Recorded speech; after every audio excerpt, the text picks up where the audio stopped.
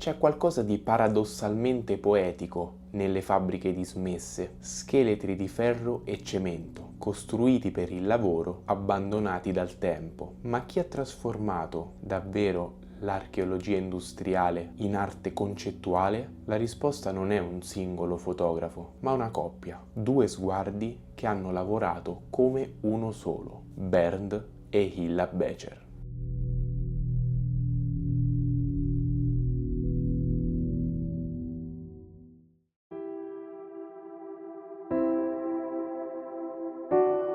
Benvenuti in questo terzo episodio, amici di Land of Urbex. Siamo arrivati a metà e al penultimo episodio di questa miniserie sui precursori dell'Urbex.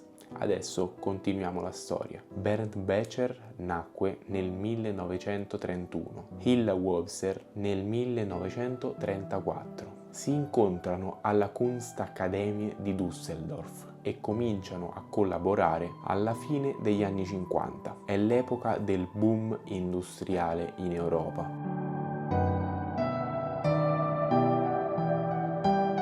Acciaierie, raffinerie, miniere, tutto cresce, tutto produce, ma i Becher decidono di fotografare ciò che stava scomparendo, non la modernità che nasceva, ma quella che lentamente moriva.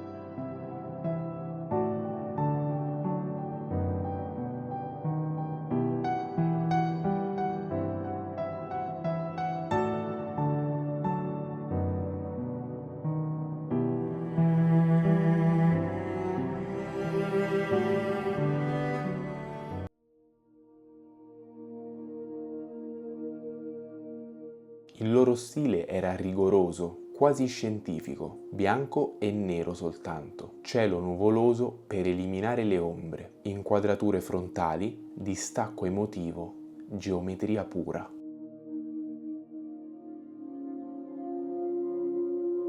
Ma non era semplice documentazione. Ogni fotografia entrava in una tipologia, torri d'acqua, gasometri, ciminiere, silos, una serie di forme simili, affiancate per mostrare variazioni e analogie, una vera e propria enciclopedia visiva dell'industria, dove il cemento e l'acciaio diventavano linguaggio.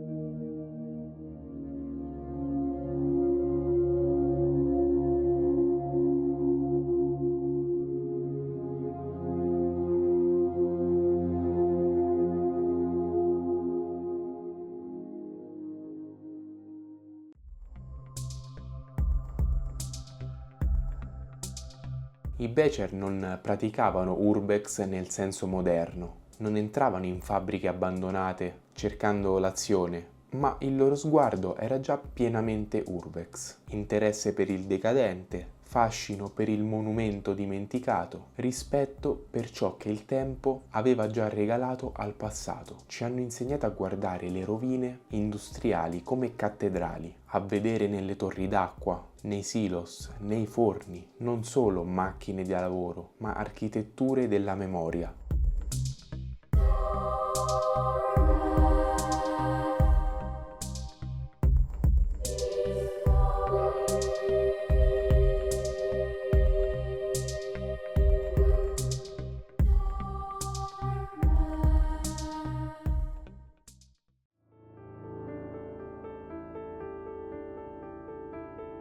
La coppia influenzò un'intera generazione di fotografi, la cosiddetta scuola di Düsseldorf, tra i loro allievi Andreas Gursky, Candida Hoffer, Thomas Struth. Il loro lavoro entrò al MoMA, alla Tate, al Centre Pompidou. Le loro griglie fotografiche diventarono icone di un'estetica nuova. Oggi il loro archivio è considerato uno dei più importanti dell'era post-industriale, perché i Becher hanno reso immortale ciò che il mondo voleva dimenticare.